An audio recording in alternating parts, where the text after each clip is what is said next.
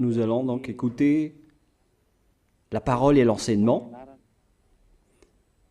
Nous sommes à l'enseignement numéro 23 pour aujourd'hui, concernant le sujet qui parle de celui qui ose dire qu'il est Dieu. Il a remplacé le bouc, le bélier et le taureau, qui étaient destinés pour l'expiation des péchés des enfants d'Israël, selon Lévitique 16. Dans Lévitique 16, nous voyons donc les béliers, les boucs et les taureaux pour l'expiation des péchés des enfants d'Israël, une fois chaque année. Et c'est ce schéma que nous allons vous enseigner en ce moment. En fait, j'ai déjà donné cet enseignement, mais je le rappelle aujourd'hui. Cette situation contredit directement la parole du Père Yahva, le Dieu d'Abraham, selon Deutéronome 4.2. Ne rajoutez rien et ne retranchez rien aux paroles. C'est dans Deutéronome 4.2 et aussi dans Deutéronome chapitre 13, à partir du verset 1, ou Deutéronome 12, 32. Nous allons donc lire maintenant Deutéronome 12, 32, car nous avons déjà vu autrefois le Deutéronome 4.2. Donc dans Deutéronome 12, 32, vous observerez et vous mettrez en pratique toutes les choses que je vous ordonne. Vous n'y ajouterez rien et vous n'en retrancherez rien. Voilà donc dans le Deutéronome 12, 32. Et dans Deutéronome 4.2, je vais répéter, Deutéronome 4.2, vous n'ajouterez rien à ce que je vous prescris et vous n'en retrancherez rien, mais vous observerez les commandements de Yahva, votre Dieu, tels que je vous les prescris. Cette parole précise bien alors que il ne faut pas rajouter ni retrancher les paroles que je vous ai données. De quelles paroles parle-t-on? Nous allons lire Lévitique chapitre 16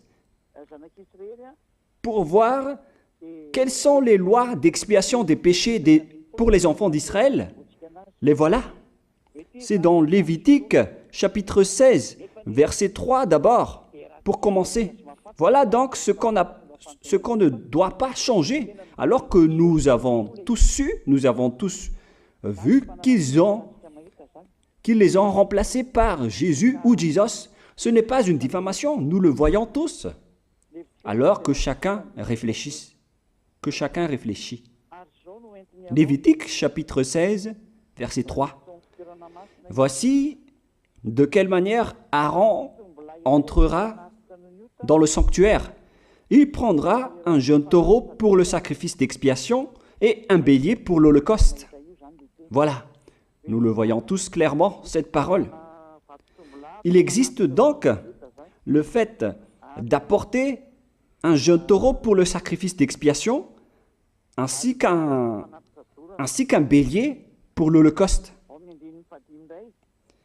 Verset 5.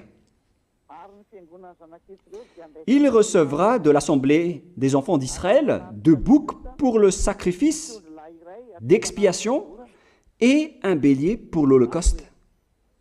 C'est-à-dire, en même temps, il y a un sacrifice de taureau, de bélier et de bouc. Lévitique chapitre 16, toujours, mais dans le verset 34. Ce sera pour vous une loi perpétuelle. Voilà. Il se fera une fois chaque année l'expiation pour les enfants d'Israël à cause de leurs péchés. Nous sommes déjà au verset 34 pour information. Verset 34. Voilà. Ce sera pour vous une loi perpétuelle. Quelle est cette loi perpétuelle? C'est le fait de sacrifier les béliers, les boucs et les taureaux qui vont être tués pour sacrifice, pour l'expiation des péchés des enfants d'Israël. Selon le verset 34, ce sera pour vous une loi perpétuelle.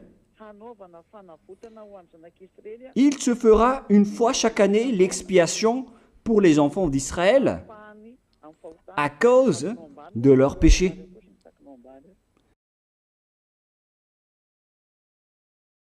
Il y a une partie de votre texte qui est cachée en bas. À cause de leurs péchés. Voilà. Ici, donc, c'est bien clair que l'expiation du péché qui se fait une fois chaque année pour les enfants d'Israël, qu'on ne peut ni ajouter ni retrancher, ce sont les sacrifices des béliers, de taureaux et de boucs. On ne peut pas changer cela. On ne peut pas les remplacer en Jésus ou en Jesus. C'est une loi perpétuelle. Donc, si vous observez les 10 commandements, vous devez apporter des sacrifices de taureaux, de béliers et de boucs si vous voulez être expié de vos péchés. Voilà le schéma. Alors que, en réalité, la situation pour les religieux étranges, on ne voit pas ce qu'il veut en venir, mais ils ont osé intégrer Jésus ou Jesus pour remplacer le bélier, le taureau ou le bouc. Et ce sont eux-mêmes qui le confirment jusqu'à aujourd'hui. Nous voyons tous donc ici que Jésus ou Jesus n'est qu'un imposteur, un hors-la-loi. Et les hors-la-loi sont des envoyés du diable. Le diable, il a commis le péché depuis le commencement. Ce sont des transgresseurs de la loi. Donc c'est prouvé ici que Jésus est un hors-la-loi. Nous allons lire la parole, poursuivre, dans 1 Jean, chapitre 3. 1 Jean, chapitre 3, à partir du verset 4. Quiconque pêche transgresse la loi, et le péché est la transgression de la loi. Voilà, c'est bien clair que c'est le péché qui est la transgression de la loi. Un pécheur, donc, c'est un transgresseur de la loi. Et un hors-la-loi, c'est un pécheur. C'est clair alors que Jésus ou Jesus, c'est un hors-la-loi, c'est un transgresseur de la loi. Nous avons tous vu ensemble qu'il a pris la place du bélier et il a siégé, il s'est installé dans ce système. C'est pourquoi toutes les églises observent les 10 commandements et ils servent Jésus ou Jesus. Voici l'enseignement. Alors, regardez bien à travers ce texte et cette écriture que je vous donne en ce moment. Et soyez conscients, ça suffit maintenant d'écouter ces faux dieux, c'est déjà trop. Tant pis pour vous si vous allez encore les écouter. Soyez conscients que ce schéma n'est plus correct. Beaucoup de gens me diffament à cause de ce que je fais en ce moment. Ils ne supportent pas la vérité. Mais ça dépend de chacun de vous. Et moi, je vous avertis, pour vous qui vont être baptisés et qui veulent être baptisés, mais qui entendent les diffamations et les critiques des autres, ne croyez pas en cela. Ce ne sont pas du tout vrai. La parole de Élia est directe. Ce ne sont que des mensonges. L'ôtement du péché, ce sont des personnes qui sont non-pécheurs qui peuvent le faire. Ce n'est pas logique de dire que les fidèles sont ôtés des péchés et le leader est un pécheur. Ce n'est pas du tout écrit dans la Sainte Écriture. Ce qui est écrit dans la Bible, c'est que le bon arbre donne de bons fruits et le mauvais arbre de mauvais fruits. Et le bon arbre ne donne jamais de mauvais fruits et le mauvais arbre ne donne jamais de bons fruits. Ce sont les bons arbres qui donnent des bons fruits et les mauvais arbres qui donnent des mauvais fruits. Et donc, si l'ambassadeur de Yahushua, Zedia Elia, a produit des personnes qui ne pêchent plus, alors il est bon, il est une bonne personne. Il n'a jamais fait aucun mal, même pas le moindre mal. Voilà donc la leçon pour vous, car dans le cadre de ce baptême qui va arriver, il y a beaucoup de diffamation et de critiques. Donc je vous conseille de ne pas écouter cela, car ce n'est pas du tout la vérité. Ils font ça juste pour diffamer et blâmer la bonté de Yahushua, alors ne les suivez pas. Donc là, on voit bien que ce n'est pas de la diffamation. Nous avons tous vu ensemble. Je vous ai donné la parole. On a tous écouté et vu ensemble. On a jugé ensemble. Est-ce que ce Jésus ou Jésus a fait la vérité? Est-ce qu'il a dit la vérité ou pas? Si nous avons vu le livre de Moshe, venant du Dieu d'Abraham, qui a dit « Ne rajoutez pas et ne retranchez pas à ma parole ». Nous avons vu alors que ils ont remplacé par ce Jésus ou Jésus les sacrifices d'expiation du péché, en disant après que c'est ce dernier qui ôte les péchés. Ce n'est pas du tout vrai. Celui qui peut ôter les péchés selon les 10 commandements, c'est le bélier, ou bien le taureau, ainsi que le bouc. Ce sont ces bêtes qui peuvent ôter les péchés. Quelle est alors la raison pour laquelle les religieux sont entrés dans ce mauvais schéma? Car c'est vraiment un schéma qui transgresse la loi. Car ils ont contré bêtement le livre du Lévitique chapitre 16. Ils l'ont contré bêtement, directement. Et après, ils ont remplacé par leur faux Dieu. Un faux Dieu car c'est directement un hors-la-loi. Il a contredit le Dieu d'Abraham. Nous voyons la preuve ici qu'il a contredit vraiment le Dieu d'Abraham, qu'on appelle par le nom de Yahweh et Yahushua son fils. Car ce Dieu d'Abraham, il a bien dit qu'il ne faut ni ajouter ni retrancher à ses paroles.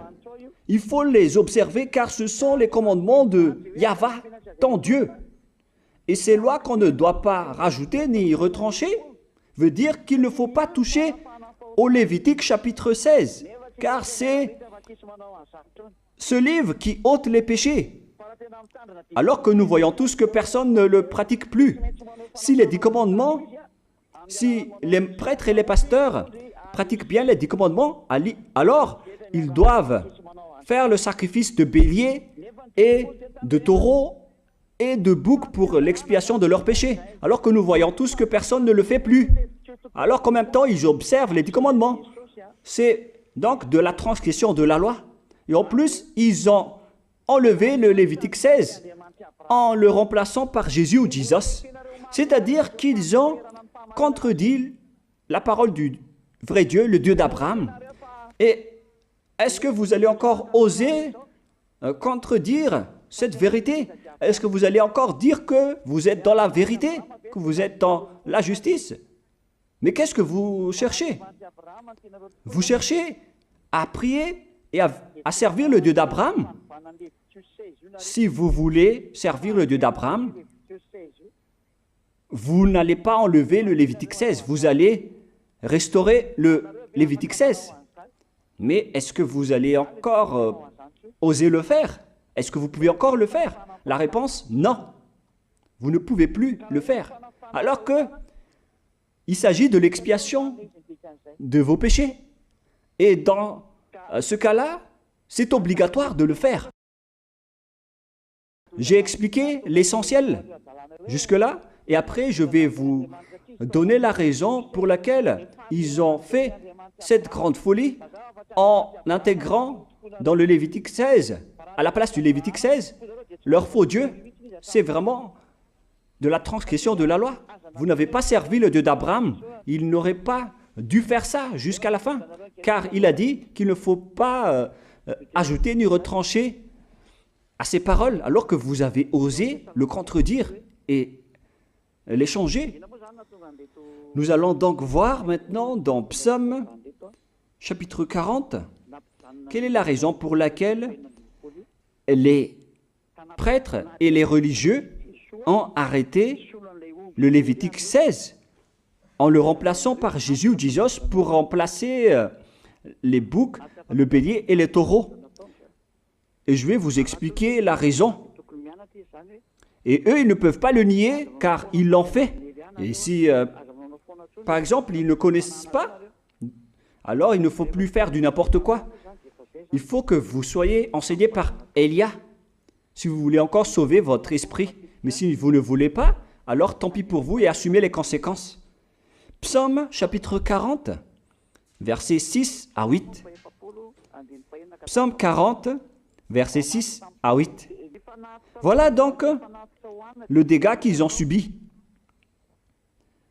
Tu ne désires ni sacrifice ni offrande. Tu m'as ouvert les oreilles. Là, ils ont bien entendu et écouté que Dieu ne désire plus leur sacrifice et tout ce qui concerne ce sujet. Tu ne demandes ni holocauste, ni victime expiatoire.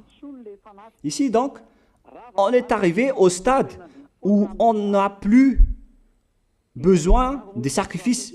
D'après ce schéma, alors, le Lévitique 16 a été supprimé.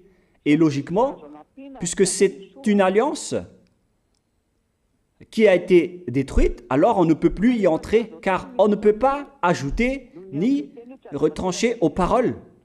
Et donc, si on ne peut pas y entrer d'après la parole qui dit qu'on ne peut pas rajouter ni retrancher, si le Dieu d'Abraham a interdit le sacerdoce, alors logiquement, vous ne devez plus y entrer. Sinon, vous allez vous autoproclamer en tant que pécheur à jamais, alors que les pécheurs et les malfaiteurs n'iront jamais au ciel des cieux.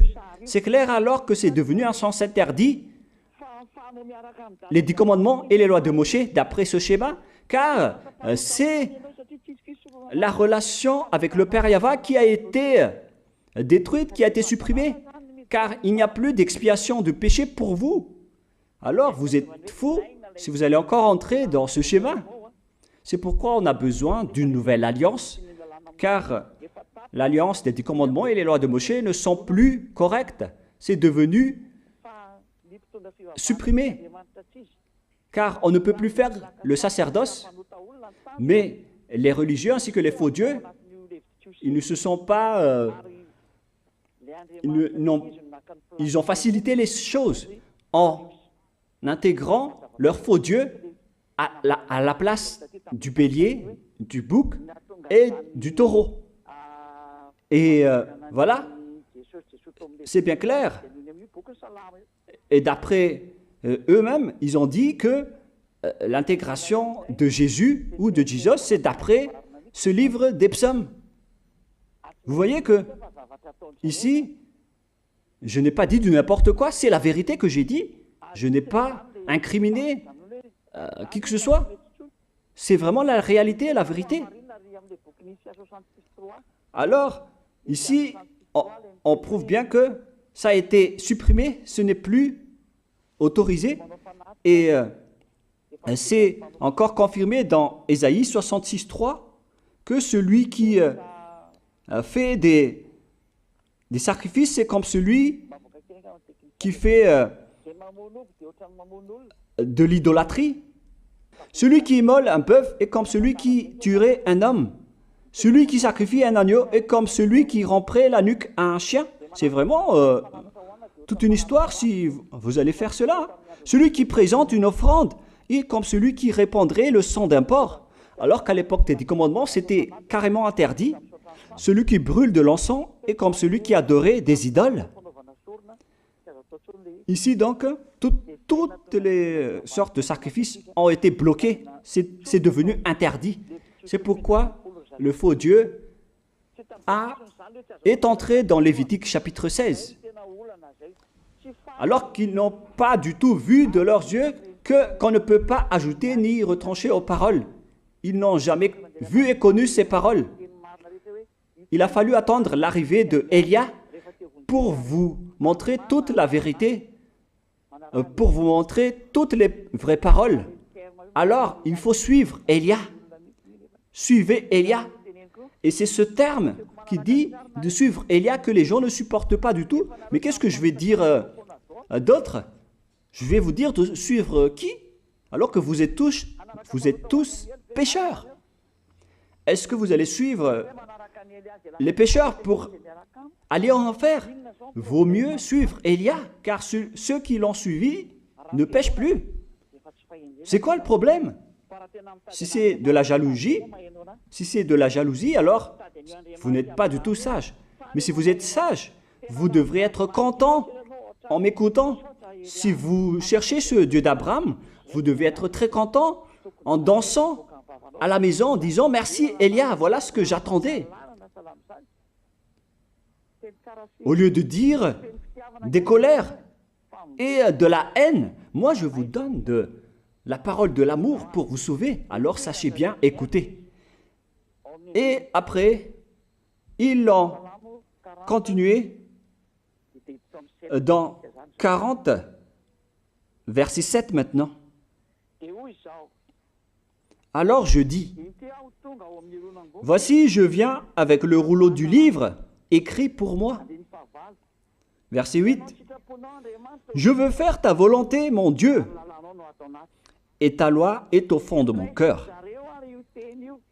Et eux, ils ont pris cette parole en disant que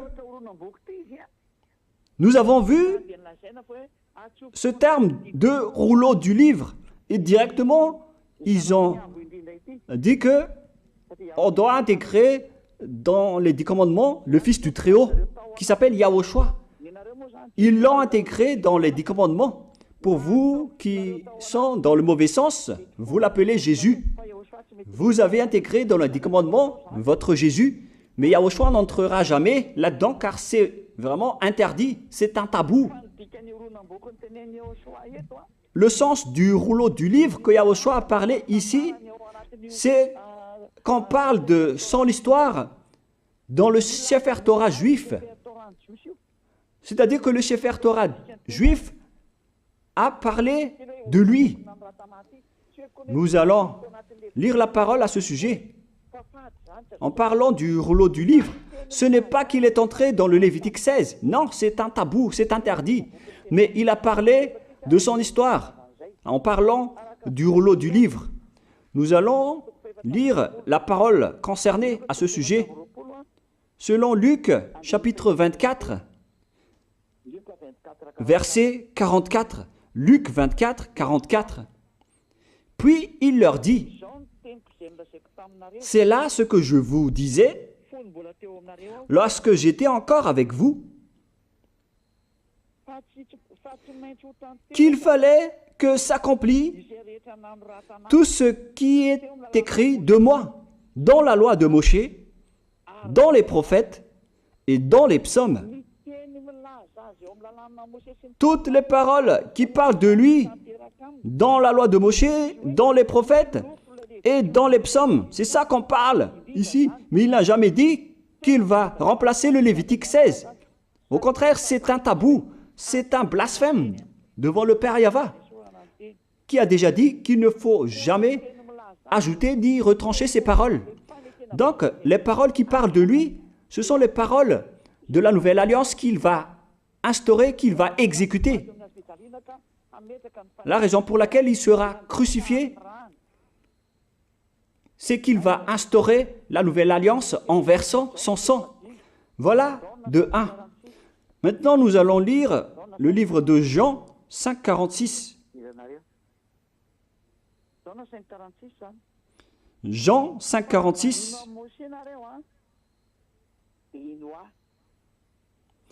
Alors, car si vous croyez en Moshe, vous me croiriez aussi, parce qu'il a écrit de moi.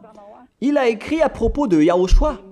C'est pourquoi on parle du rouleau de livre qui a écrit pour lui. Et Moshe aussi a participé à son histoire en parlant de lui. Mais ce n'est pas que on a supprimé le Lévitique 16 en remplaçant par le fils du Très-Haut. Non, ce n'est pas du tout cela. Il y a beaucoup de paroles qui a parlé de lui depuis les lois de Moshe, depuis les prophètes et depuis les psaumes.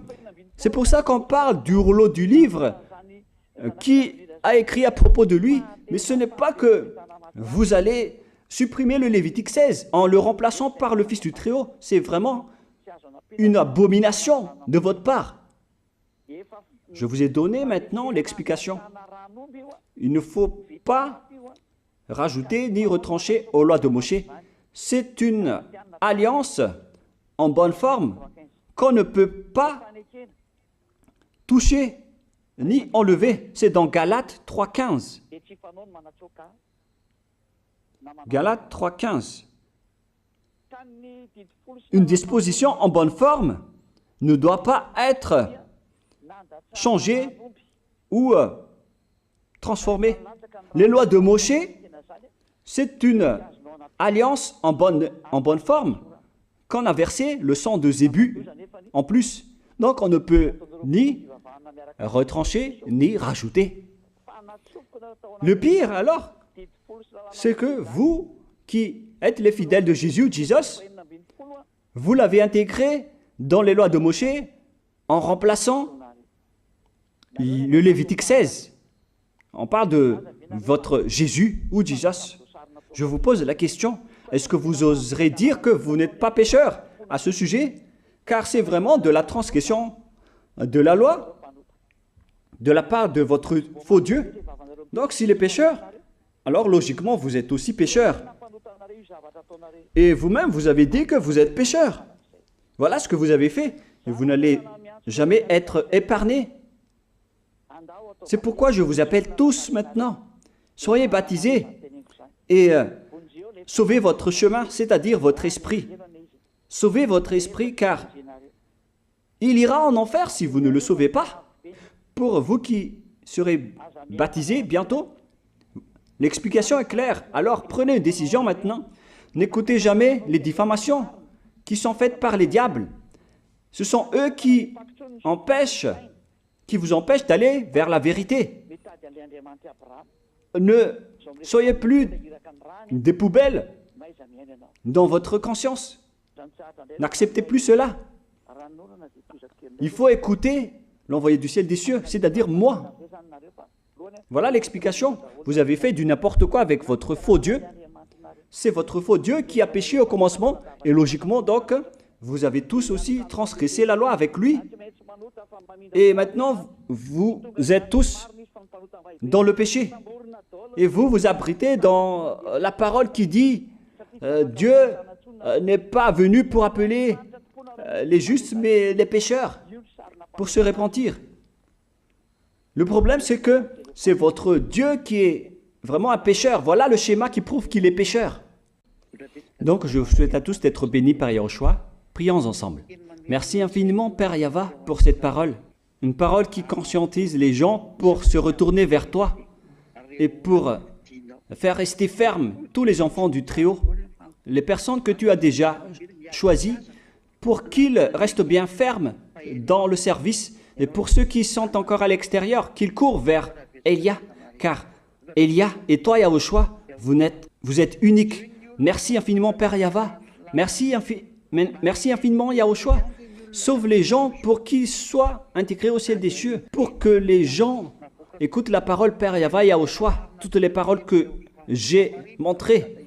Confirme toutes mes paroles, Yahushua et Père Yahva, pour la gloire de vos noms si saints. Merci pour ta bonté et pour ta grâce. Au nom de toi, Yahushua, je fais toutes ces prières. Alléluia, Amen. Donc, je vous souhaite à tous d'être bénis par Yahushua et à demain. Au revoir.